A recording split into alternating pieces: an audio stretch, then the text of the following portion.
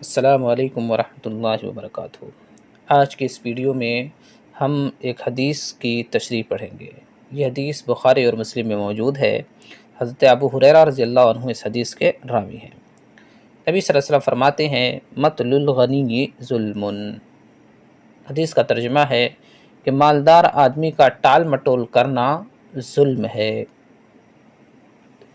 اب اس کو اس طرح سمجھیے کہ کسی نے کسی کو قرض دیا، جس نے قرض لیا تھا وہ مالدار آدمی ہے، دے سکتا ہے، پوری طرح اس پر قادر ہے۔ جب لیا ہوگا اس وقت قادر نہیں رہا ہوگا، لیکن اب وہ مالدار ہے، دے سکتا ہے، آسانی سے پیسہ واپس کر سکتا ہے۔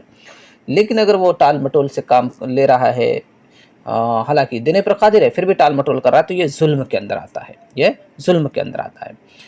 اسی طریقے سے اگر کسی نے کہیں سے سامان لیا دکان سے، اب وہ دکاندار اس کو تقاضا کر رہا ہے کہ پیسہ میرا واپس کرو، ادھار سامان لیا، اب وہ پیسہ دینے پر قادر ہے لیکن پھر بھی نہیں دے رہا ہے، دے سکتا ہے نہیں دے رہا ہے، تو یہ بھی ظلم ہے۔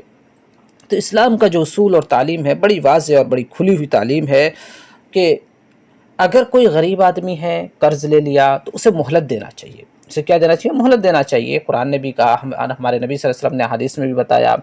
اسی طریقے سے کسی دکان سے کسی غریب نے سامان خرید لیا، نہیں دے پا رہا ہے پیسہ، غریب ہے حقیقت میں، تو اسے مہلت دینے کی تعلیم اسلام نے دی ہے۔ اور اگر اسی طرح کسی مالدار نے لیا ہے یا مالدار نہیں تھا، مالدار ہو گیا، دے سکتا ہے، قادر ہے، تو اسلام اسے مہلت نہیں دیتا ہے کہ تم تاخیر کرو، بلکہ اسلام اس سے کہتا ہے کہ تم پیسہ فوراً ادا کر دو، اس لیے کہ تمہارا ٹال مٹول کرنا جو قادر ہے پیسہ دینے پر، یہ ظلم کے زمرے میں آتا ہے، یہ ظلم کے اندر شامل ہے۔ تو میں سمجھتا ہوں کہ آپ نے اسلام کی اس واضح تعلیم کو بہت اچھی طریقے سے سمجھ لیا ہوگا کہ ایک غریب آدمی ہے تو اسلام نے اسے مہلت دیا، ایک مالدار آدمی ہے تو اسلام اسے مہلت نہیں دیتا ہے، بلکہ اسے کہتا ہے تمہیں دینا ہے فوراً، اور نہیں دے رہے ہو، اگر ٹال مٹول کر رہے ہو تو یہ ظلم ہے۔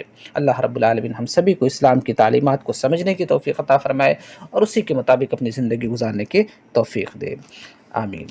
ویڈیو اچھی لگی ہو تو سبسکرائب کریے۔